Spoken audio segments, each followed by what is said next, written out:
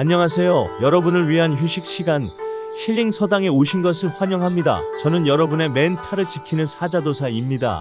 자, 여러분, 오늘의 사자성어는 바로 이것입니다.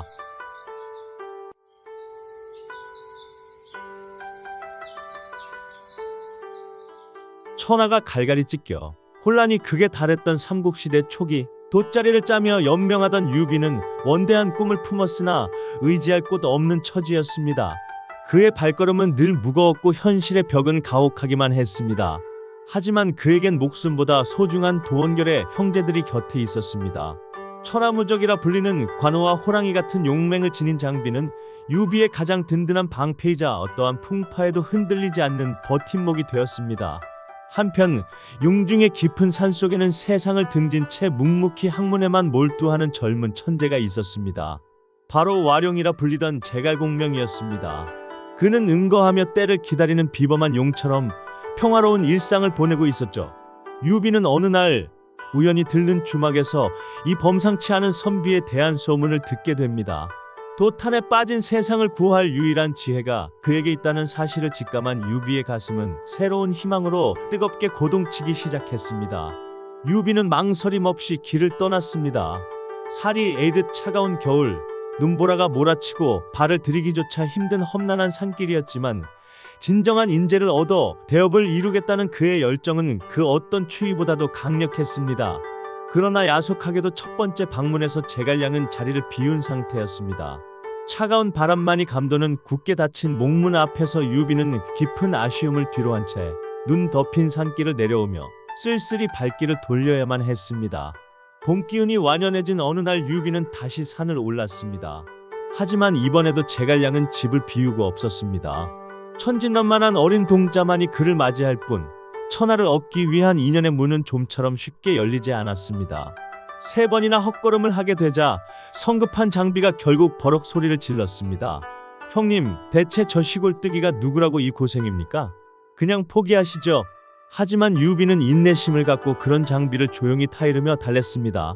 해가 뉘엿뉘엿 지고 긴 그림자가 드리워진 노을 아래서도 유비는 망부석처럼 서 있었습니다. 자신의 진심을 보여주기 위해서라면 며칠 밤이라도 세울 기세로 그는 어둠이 내리는 초가집 앞에서 인내와 고독의 시간을 견뎌냈습니다.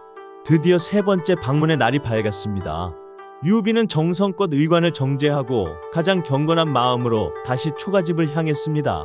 그의 눈빛에는 만남에 대한 떨림과 대업을 향한 결연한 의지가 복합적으로 교차하고 있었습니다.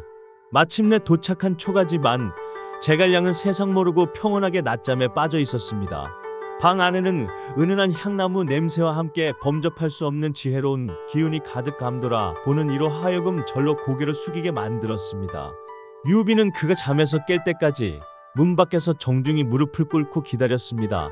뒤에선 동생들의 투덜거림에도 아랑곳하지 않고 그는 지극한 정성으로 예의를 갖추며 한겨울 서리보다 차가운 바닥 위에서 묵묵히 자리를 지켰습니다. 긴 기다림 끝에 잠에서 깬 제갈량이 문 밖에 유비를 발견했습니다. 자신과 같은 일개 선비를 위해 그토록 오랜 시간 정성을 다해 기다려온 영웅의 모습에 차갑기만 했던 천재의 마음도 서서히 흔들리며 감동하기 시작했습니다. 역사적인 만남이 이루어지는 숭고한 순간입니다. 유비는 허리를 굽혀 깊은 존경의 절을 올렸고 제갈량 역시 그의 진심 어린 정성에 화답하며 온화하고 따뜻한 미소로 난세의 영웅에게 평생 잊지 못할 첫인사를 건넸습니다. 제갈량은 지도를 펼쳐놓고 천하를 셋으로 나누는 천하삼분지계를 논했습니다. 유비는 그의 명쾌하고도 방대한 전략을 들으며 마치 칠흑 같은 어둠 속에서 한 줄기 빛나는 등불을 만난 듯한 거대한 전율과 희열을 느꼈습니다. 선생님, 고통받는 천하의 백성들을 위해 부디 저와 함께 해주십시오. 유비는 진심을 담아 눈물로 호소했습니다. 대의를 위해 자신을 낮춘 영웅의 간절한 부탁은 제갈량의 가슴 깊숙한 곳에 날카롭고도 묵직하게 박혔습니다. 결국 제갈량은 평온했던 은거 생활을 과감히 포기하고 거친 풍파가 몰아치는 세상으로 나아오기로 결심했습니다. 깃털 부채를 쥔 그의 하얀 손에 이제 천하의 운명과 수많은 백성의 목숨이 달려있게 된 역사적인 순간이었습니다. 두 사람은 서로의 손을 뜨겁게 맞잡았습니다. 유비는 자유롭게 헤엄칠 물고기였고 제갈량은 그가 마음껏 꿈을 펼치며 헤엄칠 수 있는 거대한 물이 되어주기로 굳게 약속했습니다. 이것이 바로 영원히 기록될 운명적 결합입니다. 하지만 관우와 장비는 여전히 이 상황이 못마땅했습니다. 굴러온 돌이 박힌 돌을 뺀다는 생각에 형제의 총애를 독차지하는 젊은 제갈량을 보며 질투와 시샘의 어린 시선을 보내며 은근히 그를 시험하려 들기도 했습니다. 유비는 연못에서 노는 물고기를 가리키며 동생들에게 말했습니다. 나에게 공명은 물과 같다. 물고기가 물 없이 어찌 한순간인들 살 수 있겠느냐.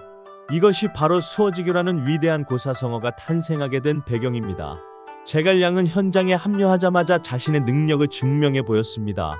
도저히 승산이 없어 보이던 전투마다 신묘한 지략과 전술을 펼쳐 승리로 이끌었고, 그 지혜로운 위엄은 대지를 뒤흔들 정도로 강력하게 천하에 울려 퍼졌습니다.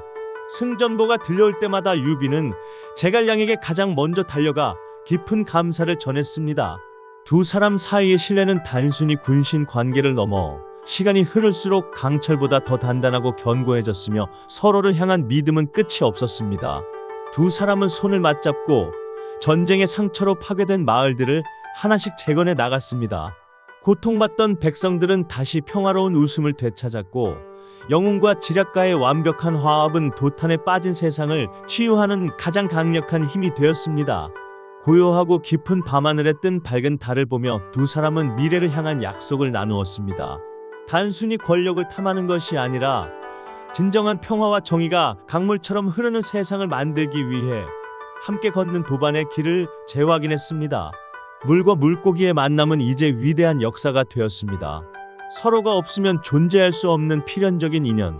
수어지교는 오늘날을 살아가는 우리에게도 진정한 동반자와 신뢰가 무엇인지에 대해 아주 깊고 묵직한 울림과 교훈을 전해줍니다.